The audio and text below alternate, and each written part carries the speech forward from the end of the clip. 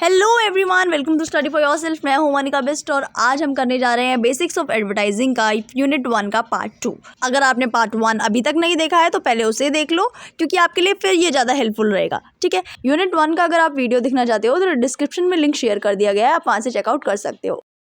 सबसे पहला आपका टॉपिक आ जाता है sales and communication objective in advertising. तो देखो, अभी तक आप ये समझ चुके हो कि एडवर्टाइजिंग जो है, ये एडवर्टाइजमेंट जो है बहुत ही इंपॉर्टेंट रोल प्ले करती है किसी भी बिजनेस के सेल्स को इंक्रीज करने के लिए, उसके कस्टमर्स को अट्रैक्ट करने के लिए और ब्रांड की स्ट्रॉन्ग प्रेजेंस बिल्ड करने के लिए मार्केट में। ठीक है, अब इन सारी चीज़ों को करने के लिए जो कंपनी है या जो ब्रांड है वो सक्सेसफुल कैंपेन्स चलाती है और कुछ गोल्स को सेट करती है। ठीक है, और ये गोल्स जो है वो दो मेन एरियाज में सेट किए जाते हैं।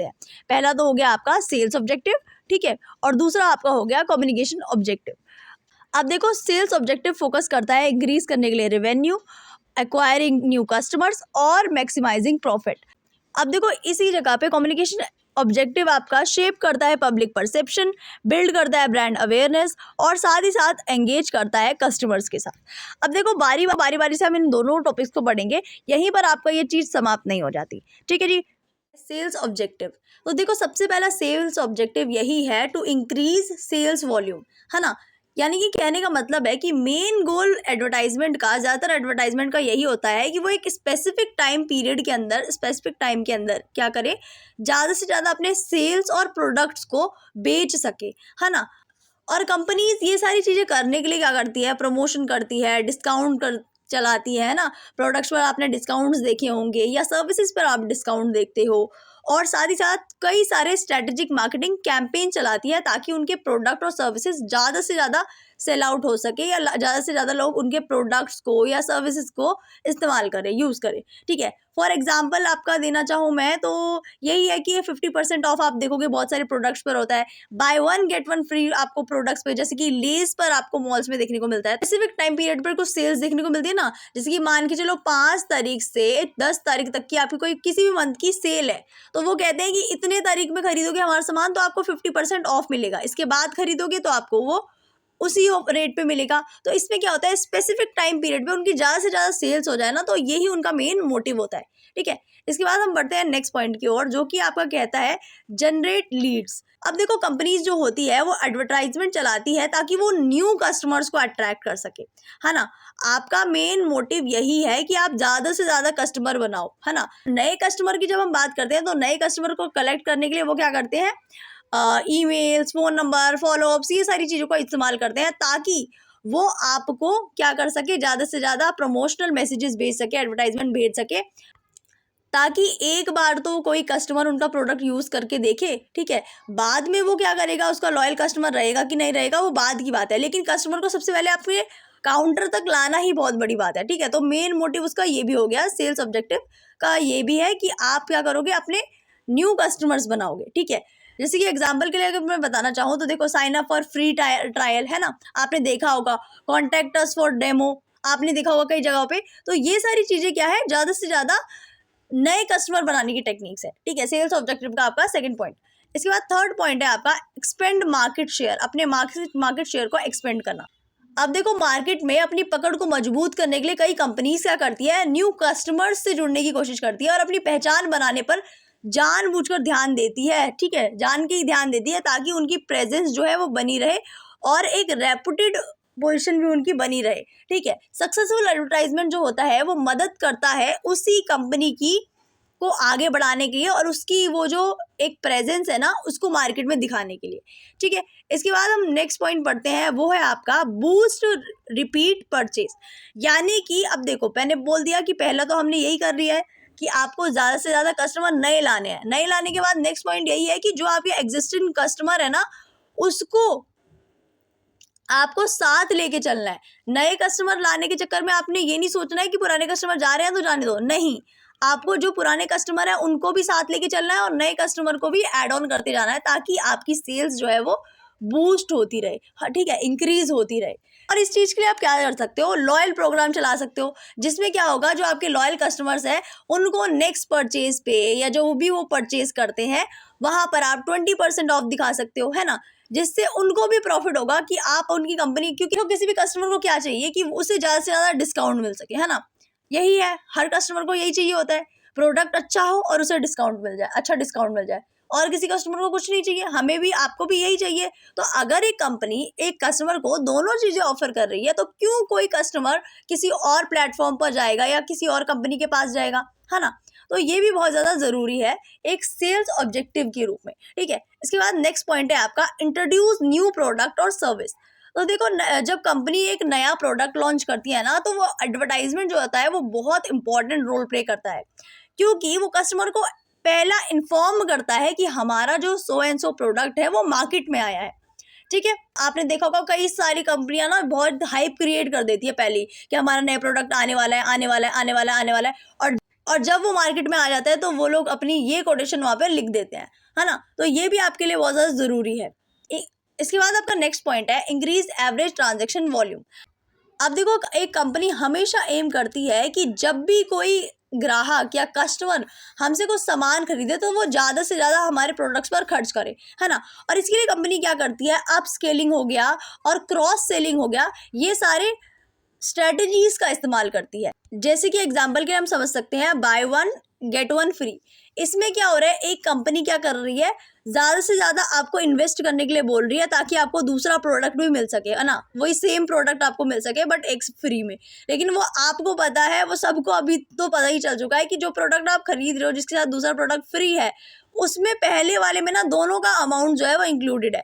साथ ही साथ आपने देखा होगा कि काफ़ी सारी कंपनीज जो है या काफ़ी सारे ब्रांड्स जो है वो आपको ऑफर करती है कि आप अपग्रेड कर लो प्रीमियम के लिए ताकि आपको एक्स्ट्रा फीचर्स मिल पाए, है ना। तो ये वो क्यों कर रही है, क्योंकि वो उनका एम यही है कि हमारे पास जो कस्टमर आए वो अपनी सिंगल ट्रांजेक्शन भी है ना वो ज़्यादा से ज़्यादा हमारे ब्रांड पे खर्च करे, ठीक है। तो होपफुली आपको ये समझ आया होगा। ये सारे थे आपके सेल्स ऑब्जेक्टिव, ठीक है। तो देखो इसके बाद आपका टॉपिक है कम्युनिकेशन ऑब्जेक्टिव, ठीक है। सबसे पहला कम्युनिकेशन ऑब्जेक्टिव क्या है आपका, बिल्ड करना ब्रांड अवेयरनेस। यानी कि पहला तो आप लोगों को बता दो कि ये ब्रांड जो है वो एग्जिस्ट करता है ना। साथ ही साथ आपका ब्रांड इतना हो जाना चाहिए, ऐसा हो जाना चाहिए कि लोग पहचान पाए कि अच्छा ये असल में एक ब्रांड भी है और उसे याद रखे। जैसे कि आपका किसी भी ब्रांड का एग्जाम्पल ले दो जो आपको याद रखने में आसानी होती है। जैसे कि कोई भी कंपनी का ले लेते हैं, जैसे शुगर है, शुगर के प्रोडक्ट्स हमें पता है कि कॉस्मेटिक के प्रोडक्ट्स बनाता है। मैंने शुगर बोला तो आपके दिमाग में साइन क्लिक कर गया है किस तरीके से शुगर का साइन होता है और किस तरीके का वो जो प्रोडक्ट है वो होती है ना। हमें पता है शुगर की पैकेजिंग ज़्यादातर क्या होता है, ब्लैक कलर में होती है, हमने देखी है, हमें याद है। तो ये कैसा याद हुआ, क्योंकि उसने क्या किया है, लोगों को ब्रांड के बारे में इतना अवेयरनेस हो चुका है कि लोग याद करते ही पहचान जाए कि वो ब्रांड ऐसा है और उसका लोगो ऐसा है, वो एग्जिस्ट करता है, उसकी पैकेजिंग ऐसी है, ठीक है। तो हमें सबसे पहले कम्युनिकेशन ऑब्जेक्टिव क्या है कि ब्रांड की अवेयरनेस ब्रांड के बारे में बिल्ड करना, ठीक है। दूसरा है आपका इन्फॉर्म करना और एजुकेट करना। पहले तो आपने अवेयरनेस बिल्ड कर दी, अब दूसरा क्या है आपका कि आपको क्या करना है, लोगों को एजुकेट करना है कि आपका प्रोडक्ट किस लिए है और वो कैसे हेल्प कर सकता है कस्टमर्स को। जैसे कि हम बेनिफिट्स बता सकते हैं और कैसे हम बताएं, और साथ ही साथ आपको ये भी बताना पड़ेगा कि कैसे वो लोगों की स्पेसिफिक प्रॉब्लम्स जो होती है उसको सॉल्व कर सकता है। जैसे कि मान के चलो किसी को हेयर फॉल होता है, तो हमने हिमालय के बहुत सारे प्रोडक्ट चले थे, Himalaya anti hair fall shampoo, ठीक है। तो ये हिमालय का जो एंटी फॉल शैम्पू है वो क्या बता रहा है कि आपका अगर हेयर फॉल हो रहा है तो आप हमारे इस प्रोडक्ट को यूज़ करो जिससे आपका हेयर फॉल नहीं होगा, है ना। तो इससे क्या हो रहा है कि आपको देखो ब्रांड रिकग्निशन भी हो गया, यहाँ पे हमने ब्रांड भी पता चल गया हमें कि हिमालय है, हिमालय इसलिए काम कर रहा है, हिमालय के ये प्रोडक्ट्स अच्छे होते हैं, हमें पता है ना। इसी तरीके से अभी मैंने आपको हिमालय का एग्जांपल दिया तो आपको याद आ गया होगा कि हाँ हिमालय का एंटी हेयर फॉल शैम्पू भी होता है, या डव मान के चलो, है ना, डव सबसे ज़्यादा फेमस है। या इसके बाद अगर हम बात करते हैं, चेंज करता है ये कंज्यूमर के एटीट्यूड को, ठीक है। कंज्यूमर और कस्टमर का डिफरेंस मैं पहले ही आपको बता चुकी हूँ, ठीक है।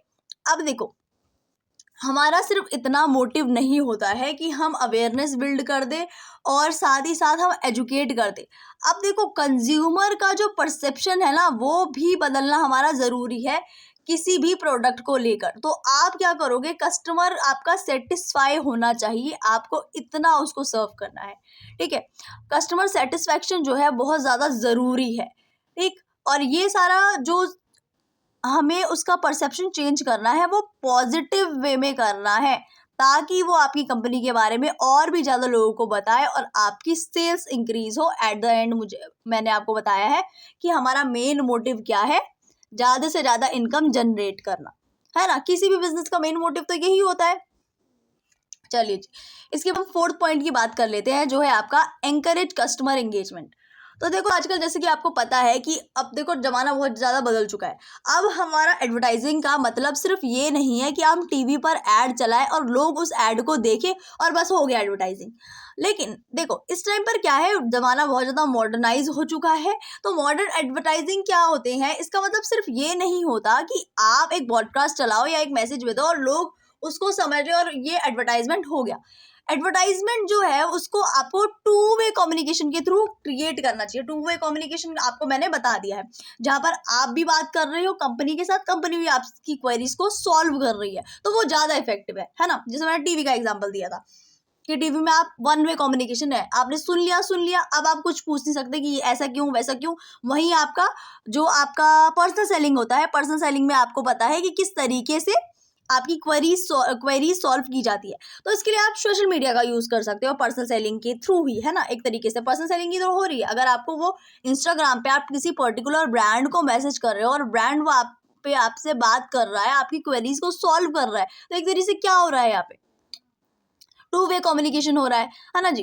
ठीक है, तो ये भी आपकी एक कंपनी के लिए बहुत ज़्यादा ज़रूरी है कि वो अपने कस्टमर को एंगेजमेंट कस्टमर से बना के चले, ठीक है, ताकि वो कस्टमर ये भी सोचे कि देखो मैंने इतने बड़े ब्रांड को मैसेज किया और उन्होंने मुझे रिप्लाई करके मेरे क्वेरीज को सॉल्व किया, है ना। तो ये बहुत ज़्यादा ज़रूरी है। भले ही वो एआई आंसर दे रहा हो, ठीक है, भले ही वो ऑटोमेटिक हो सारे फीचर्स, बट स्टिल लोगों को लगता है कि हाँ इस ब्रांड ने मुझे रिस्पॉन्स किया है। आगे बढ़ते हैं, नेक्स्ट पॉइंट है आपका एनहांस ब्रांड इमेज।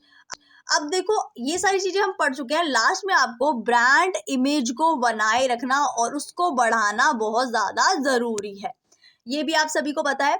इसके बाद 6 पॉइंट है आपका क्रिएट डिजायर एंड डिमांड। अब देखो कुछ एड जो होते हैं वो इस बात पर फोकस करते हैं कि जो लोगों को ना ऐसा लगे कि ये प्रोडक्ट जो है मस्ट हैव वाला प्रोडक्ट है, कि भाई मेरे पास ये होना ही होना चाहिए। जैसे कि सबसे बड़ा एग्जांपल सबको पता है आईफोन, है ना। आईफोन एक ऐसा प्रोडक्ट बन चुका है अभी के टाइम पर, वैसे तो अभी क्रेज है उसका थोड़ा थोड़ा कम होता जा रहा है, बट स्टिल है, ये नहीं कहा जाता कि हट चुका है आईफोन। वो लोगों को लगता है कि मस्ट हैव प्रोडक्ट है, मेरे पास ये होना ही होना चाहिए, ठीक है।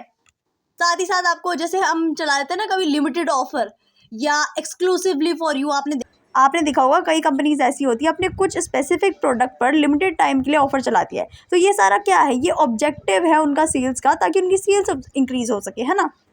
इसके बाद नेक्स्ट पॉइंट है आपका promote special offer and discount.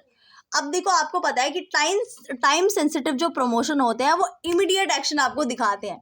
तो देखो एक एग्जांपल के थ्रू बताती हूँ, दिवाली सेल आप सबने देखी होगी, दिवाली सेल जो चलती है उसमें क्या होता है कि वहां पर वो दिखाती है कंपनी कि इस टाइम पर हमारे प्रोडक्ट्स जो आपको मान के चलो 1000 रुपये में मिल रहे थे, वो अब आपको सीधा 600 रुपये में मिल जाएंगे। तो फटाफट इसे खरीद लो इससे पहले कि ये दिवाली ऑफर खत्म हो जाए। तो ये क्या यहाँ पर क्या हो रहा है, प्रमोशन हो रहा है एक तरीके से थ्रू डिस्काउंट एंड ऑफर्स। और ये आपको देखा होगा कि इसीलिए ये क्या करती है, इमीडिएट एक्शन आपको प्रोवाइड करती है और उसी टाइम पर प्रोडक्ट्स बहुत सारे सेल आउट भी हो जाते हैं, आप देखते ही होंगे, ठीक है। तो ये भी आपका कंप्लीट हो चुका है कम्युनिकेशन ऑब्जेक्टिव पूरी तरीके से, उम्मीद करती हूँ आपको वो समझ आया होगा।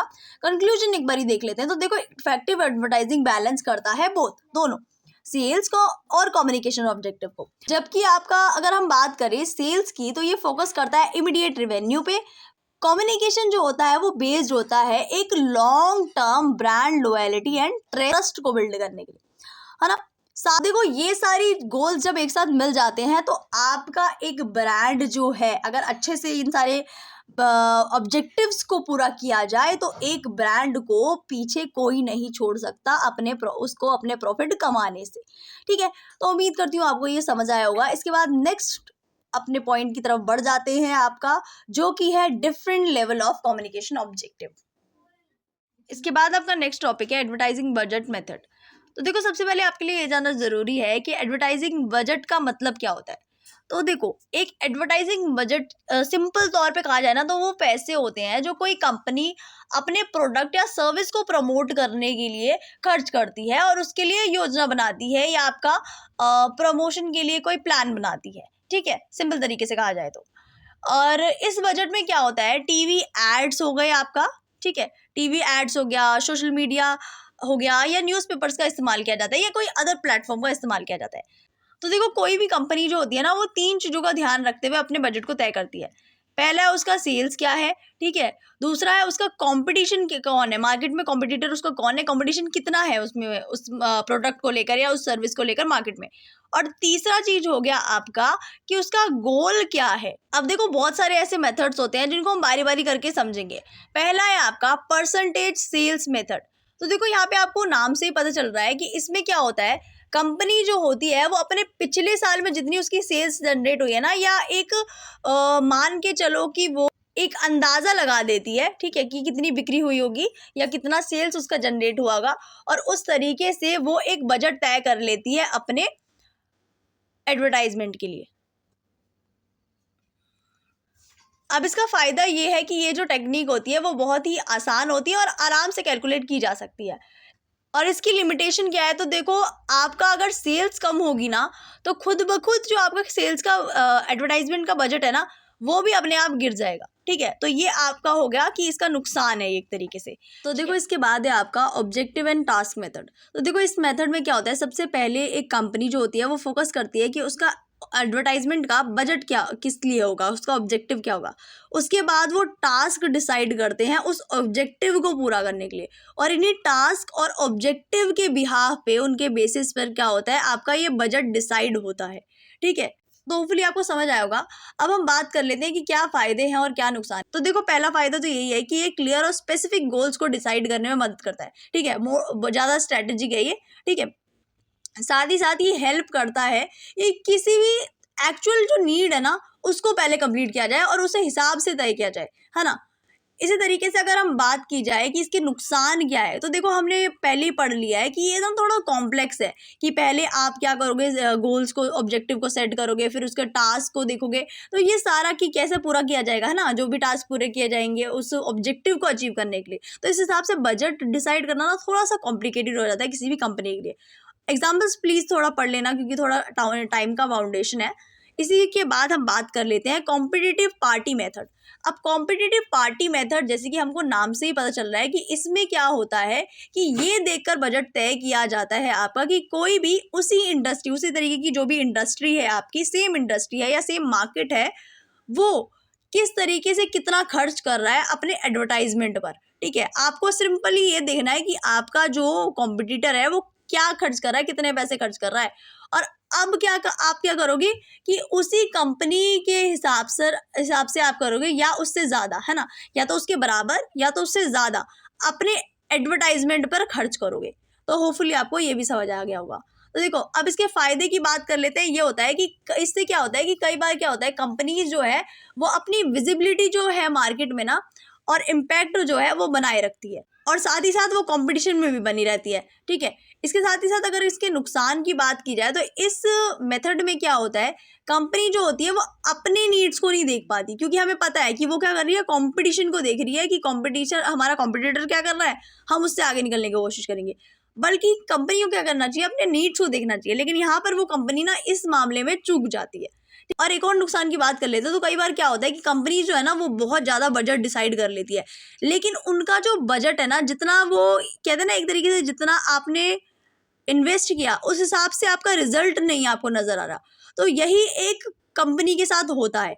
अब ये जो दूसरी वाली कंपनी होगी जो इस मेथड को ट्राई कर रही है, तो कई बार इस मेथड को ट्राई करने के हिसाब से ना वो कंपनी भी नुकसान में चली जाती है। ठीक है, तो होपफुली आपको ये समझ आया होगा।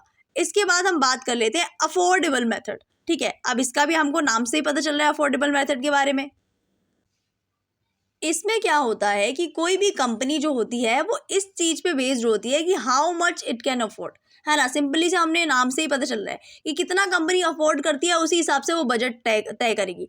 एग्जाम्पल के लिए मान के चलो कि कोई भी कंपनी है, सो एंड सो कंपनी है, वो सबसे पहले क्या देखेगी कि उसकी ज़रूरत क्या है। तो वो सबसे पहले अपनी ज़रूरत देखेगी कि उसके प्रोडक्ट्स का रॉ मटेरियल कितना का आएगा, कितना पैसा जाएगा उनको अपने एम्प्लॉयज़ को देने के लिए। दूसरा है, अगर जिस जगह पे वो रह रही है तो उसका रेंट उसको कितना पे करना पड़ेगा, है ना। जब वो ये सारी चीज़ें देख लेगी, उसके बाद कंपनी का जो बजट बचेगा ना, जितने पैसे, एक तरीके से सिंपल तौर पे कहा जाए, जितने पैसे बचेंगे उस लेफ्ट ओवर मनी से वो कंपनी क्या करती है, अपना बजट डिसाइड करती है एडवर्टाइजमेंट के लिए, ठीक है। तो उम्मीद करती हूँ आपको ये भी समझ आया होगा। अब इसका फ़ायदा देखो, आपको ये पता चल रहा है, साफ साफ फ़ायदा हमें ये पता चल रहा है कि ये जो है वो सिंपल और फ्लेक्सिबल मेथड है ना। किसी भी ऐसी कंपनी के लिए बहुत ज़्यादा अच्छा मेथड है जिसके पास लिमिटेड फंड है ना, जो कि एडजस्ट हो सकते हैं।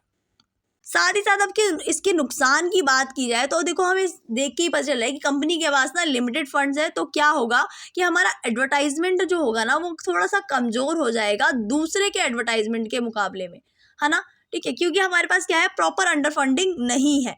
साथ ही साथ अगर हम बात करें कि अपनी कंपनीज, जो इस पे कंपनीज होती है ना, वो आपका स्ट्रेटेजिक इन्वेस्टमेंट जिसे कहते हैं, ये देखो स्ट्रेटेजिक इन्वेस्टमेंट जिसे कहते हैं ना, उसे नहीं कर पाती, ठीक है। तो उम्मीद करती हूँ आपको ये भी समझ आया होगा। एग्जाम्पल्स प्लीज़ आप पढ़ लेना, क्योंकि मेरे लिए थोड़ा मुश्किल हो जाएगा एग्जाम्पल के साथ पढ़ना, क्योंकि टाइम का बाउंडेशन है बहुत, इसीलिए मैं नहीं चाहती कि आपका वीडियो ज़्यादा 1-1, 2-2 घंटे के चले, इसीलिए। इसके बाद हम नेक्स्ट पॉइंट की बात करते हैं, टास्क मेथड। तो देखो इसमें क्या होता है, सबसे पहले ये डिसाइड किया जाता है कि जो भी डिज़ायर्ड रिजल्ट होंगे उनके लिए कौन कौन से आप स्पेसिफिक टास्क रखोगे, है ना, और इन्हीं टास्क को पूरा करने के लिए आपका एक बजट तैयार किया जाता है। तो देखो इसके फ़ायदे की बात की जाए तो ये ज़्यादा स्पेसिफिक और टारगेटेड होता है ना। इसी के बाद अगर बात की जाए आपके इसके नुकसान क्या है, तो इसमें नुकसान ये होता है कि काफ़ी ज़्यादा टाइम लग सकता है इसके लिए, और इसमें रिक्वायरमेंट होती है कि प्लान को बहुत ही अच्छे से किया जाए, केयरफुली किया जाए और एनालाइज करके किया जाए, ठीक है।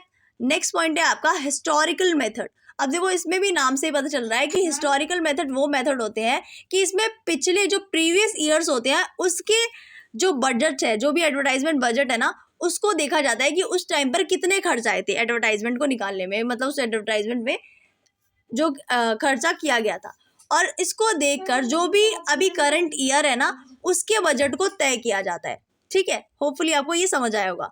तो देखो अगर इस मेथड के फ़ायदों की बात की जाए तो देखो इसका फ़ायदा ये है कि ये सिंपल होते हैं, क्योंकि ये बेस्ड होते हैं हिस्टोरिकल मेथड्स पे या हिस्टोरिकल डाटा पे। अब देखो अगर इसके नुकसान की बात की जाए तो इसका नुकसान ये है कि ये जो है मार्केट हो गया, आपका बिजनेस एनवायरनमेंट हो गया, साथ ही साथ स्ट्रेटेजिक गोल्स हो गया, इन सारी चीज़ों को ना नज़रअंदाज करता है। इसके साथ ही साथ ये जितना भी आउटडेटेड डाटा होता है ना उस पर भी निर्भर हो जाता है, उस पर भी डिपेंड हो जाता है, जिस वजह से कभी कभी ये जो है वो फैसला लेने में गलती कर देता है, ठीक है। तो होपफुली आपको हिस्टोरिकल मेथड भी समझ आया होगा। इसके बाद नेक्स्ट पॉइंट है आपका इन्फ्लुएंस और एक्सपर्ट ओपिनियन मेथड। तो देखो नाम से ही आपको पता चल रहा है, हर एक मेथड को ना आप नाम ही ढंग से पढ़ोगे तो आपको पता चल जाएगा। अब ये मेथड जो होता है ना सिंपली रिलाई करता है जजमेंट ऑफ मार्केटिंग एक्सपर्ट्स के या तो टॉप मैनेजमेंट के, जो कि बजट सेट करते हैं, ठीक है। तो उम्मीद करती हूँ आपको ये समझ आएगा। सिंपल है कि जो भी आपके मार्केटिंग एक्सपर्ट्स होते हैं या टॉप मैनेजमेंट में होते हैं वही आपके बजट को डिसाइड करते हैं, है ना, सिंपल तौर पे कहा जाए तो, ठीक है। ये सारा बजट उन पर रिलाई करता है, उन पर डिपेंड करता है जो वो डिसाइड करेंगे, ठीक है। अब देखो इसके फ़ायदों की बात की जाए तो ये देखो आसानी से इसको हम कह सकते हैं कि क्विक होता है, ठीक है, क्योंकि टॉप मैनेजमेंट ने डिसाइड करना है और मार्केटिंग एक्सपर्ट्स ने डिसाइड करना है, क्योंकि तुरंत ही इसका निर्णय जो है, तुरंत ही इसका फैसला जो है वो ले लिया जाता है, ठीक है, एक्सपर्ट्स की नॉलेज पर बेस्ड होकर। देखो इसका नुकसान ये है कि इसमें कोई स्ट्रक्चर नहीं होता, इसमें कोई डाटा का प्रयोग नहीं किया जाता, इस्तेमाल नहीं किया जाता। और देखो कभी कभी ये भी हो सकता है कि ये जो डिसीजन है वो इन्फ्लुएंस होके लिया गया है किसी बायस्ड या लिमिटेड डेटा के हिसाब से, ठीक है। तो इसीलिए इसमें ना थोड़े ज़्यादा नुकसान हमें देखने को मिलते हैं कि अगर एक मार्केट एक्सपर्ट का गलत डिसीजन हो गया तो वो कंपनी के लिए लॉस कर सकता है, ठीक है।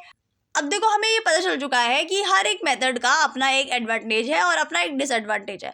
अब जो बेस्ट मेथड हम किसी को नहीं कह सकते, बेस्ट मेथड हर एक कंपनी के पास क्या रिसोर्सेज है, उनका क्या ऑब्जेक्टिव है, कितना बड़ा उनका मार्केट है, इन सारी चीज़ों को हम मिलाकर जब देखेंगे ना तो उस हिसाब से कंपनी अपने आप फिट कर देगी कि उसके लिए बेस्ट मेथड कौन सा है। ठीक है, तो इसमें हमें क्या देखने को मिलता है कि आपका एनालाइजेशन की बहुत ज़्यादा ज़रूरत है कि कंपनी जो है वो एनालाइज करके चले।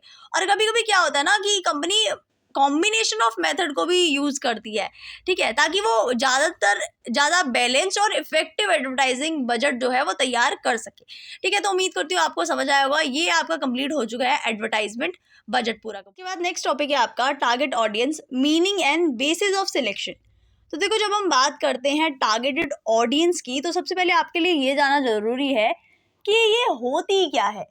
ठीक है, तो सिंपली कहा जाए तो हम कह सकते हैं कि ये जो होता है वो स्पेसिफिक ग्रुप ऑफ पीपल होता है जिससे कोई भी बिजनेस, ब्रांड या प्रोडक्ट और सर्विस जो है वो एम करती है ताकि वो उन तक पहुंच पाए और वो उनको सर्व कर पाए, है ना। अब ये जो ग्रुप है उसको आप आइडेंटिफाई कैसे करोगे, उसके कई सारे बेसिस है, जैसे कि based on their characteristics like age हो गया, उनका जेंडर हो गया, इनकम हो गया, लोकेशन हो गया, इंटरेस्ट हो गया, बिहेवियर हो गया और अदर डेमोग्राफिक और साइकोग्राफिक और जियोग्राफिक फैक्टर्स। ठीक है, अब देखो, अपने टारगेटेड ऑडियंस को समझ लेना क्या करता है, किसी भी कंपनी को या एडवर्टाइजमेंट को या मार्केटिंग को, किसी भी चीज़ को आप कह सकते हो, हेल्प करता है कि वो अपने मैसेज को उन्हीं के हिसाब से तैयार करे ताकि हमारा जो प्रोडक्ट है वो उस पर्टिकुलर ग्रुप ऑफ ऑडियंस, है ना, या टारगेटेड ऑडियंस के पास पहुँचे, उन स्पेसिफिक ग्रुप्स के पास पहुँचे, क्योंकि यही होता है ना कि जिसको नीड होगी वही तो उसे खरीदेगा। तो हम यही चाहते हैं कि हम अपना एडवर्टाइजमेंट इस तरीके से बनाएं या इस तरीके से हम कुछ भी अगर कैंपेन चला रहे हैं, मार्केटिंग कैंपेन चला रहे हैं, इस तरीके से चलाएं कि हमारा प्रोडक्ट जो है वो उन लोगों तक पहुंच जाए जो लोग उसे खरीदना चाहते हैं, जिनको उसकी ज़रूरत है। समझ गए? ठीक है, अब चलो हम बात करते हैं बेसिस ऑफ सिलेक्शन की। अब देखो, जब भी हम बात करते हैं बेसिस ऑफ सिलेक्शन की तो कुछ की फैक्टर्स होते हैं जो इंश्योर करते हैं, जो अफेक्ट करते हैं मार्केटिंग को और कम्युनिकेशन को। अब ये सारे फैक्टर्स जो है आपका 5 तरीके से होते हैं। तो देखो, ये आपने सेगमेंटेशन ऑफ मार्केटिंग पढ़ा होगा ना, तो उसमें जो थे ना सेम वही पॉइंट्स है आपका, बस एक इंक्लूड है शायद। तो देखो, पहला है आपका डेमोग्राफिक। तो डेमोग्राफिक में क्या होता है, आपका एज आ जाता है, जेंडर आ जाता है, इनकम आ जाता है, एजुकेशन आ जाता है, फैमिली साइज आता है। अब ये क्या करते हैं, these factor help business define broad categories of people who are likely to need और वांट अ प्रोडक्ट। इसी तरीके से अगर हम बात कर लेते हैं साइकोग्राफिक की, तो साइकोग्राफिक में आपका सिंपल आ जाता है कि किसी भी पर्सन का लाइफस्टाइल क्या है, वैल्यूज क्या है, इंटरेस्ट क्या है और एटीट्यूड क्या है। अब देखो, ये इंपॉर्टेंट इसीलिए है क्योंकि ये हेल्प करते हैं समझने में what motivates the targeted audience on a deeper emotional और साइकोलॉजिकल लेवल। इसके बाद नेक्स्ट पॉइंट है आपका जियोग्राफिक्स, जो कि बताता है location of the audience depending on the business the target audience might be regional, national और ग्लोबल। अब देखो, जियोग्राफिक में क्या आ गया कि रीजनल, नेशनल, ग्लोबल, इसमें कोई कंफ्यूजन होने की जरूरत नहीं है। आधे से ज़्यादा बच्चों को मुझे पता है समझ आ गया होगा, लेकिन एक तरीके से हम समझ लेते हैं। देखो, इसमें सिंपली आपको टारगेट ऑडियंस की ना लोकेशन पर पहुंचना है, समझना है। वो इंडिया के एक राज्य में है, ठीक है, राज्य के भी किसी गांव में है, या किसी, वो तो रीजनल से भी लोकल लेवल हो गया, ठीक है, या किसी नेशन में है, पैन इंडिया है, या ग्लोबली है। तो आपके लिए ना ये जियोग्राफिक्स को भी समझना ज़रूरी है। मतलब आपकी ऑडियंस का लोकेशन क्या है, आपने किस ऑडियंस को टारगेट किया है, पैन इंडिया आपका प्रोडक्ट चलेगा या सिर्फ पर्टिकुलर एक एरिया में ही आपका प्रोडक्ट डिस्ट्रीब्यूट होता है या आप डिस्ट्रीब्यूट करते हैं। ठीक है, इस तरीके से हम बात कर लेते हैं बिहेवियरल फैक्टर, जिसमें आपका आ जाता है, ये फोकस करता है कस्टमर बिहेवियर पर, such as purchasing pattern, brand loyalty, जो कि मैंने आपको पहले बताया, और प्रोडक्ट यूजेस। इसी तरीके से आप बात कर देते हैं, 5th पॉइंट है आपका मार्केट रिसर्च। अब देखो, कंडक्ट करना सर्वे और फोकस करना ग्रुप्स पर, और साथ ही साथ एनालाइज करना कॉम्पिटिटर्स को, हेल्प एक ना अच्छा सा हेल्प करता है किसी भी कंपनी के लिए कि उनकी टारगेटेड ऑडियंस की वैल्यू और नीड्स क्या है उसको समझने के लिए। और हमारा मेन मोटिव ही यही है कि हम पहले ये तो पता लगाएं कि हमारी टारगेटेड ऑडियंस का नीड क्या है ना, ताकि हम प्रोडक्ट को उस हिसाब से टेलर कर पाए, है ना, यानी कि बना पाए। ठीक है, तो उम्मीद करती हूँ आपको ये सारी चीज़ें समझ आ गई होगी। यहाँ पर आपका ये पूरा का पूरा यूनिट खत्म हो जाता है। फर्स्ट यूनिट आपका कंप्लीट हो चुका है और मैं कोशिश करूँगी कि जल्दी से जल्दी सेकंड यूनिट भी कंप्लीट हो जाए ताकि मैं आपको वो भी शेयर कर पाऊँ। तो thank you so much for watching. अगर आपको वीडियो अच्छा लगे तो इसे लाइक करना, शेयर करना, चैनल को सब्सक्राइब करना मत भूलना।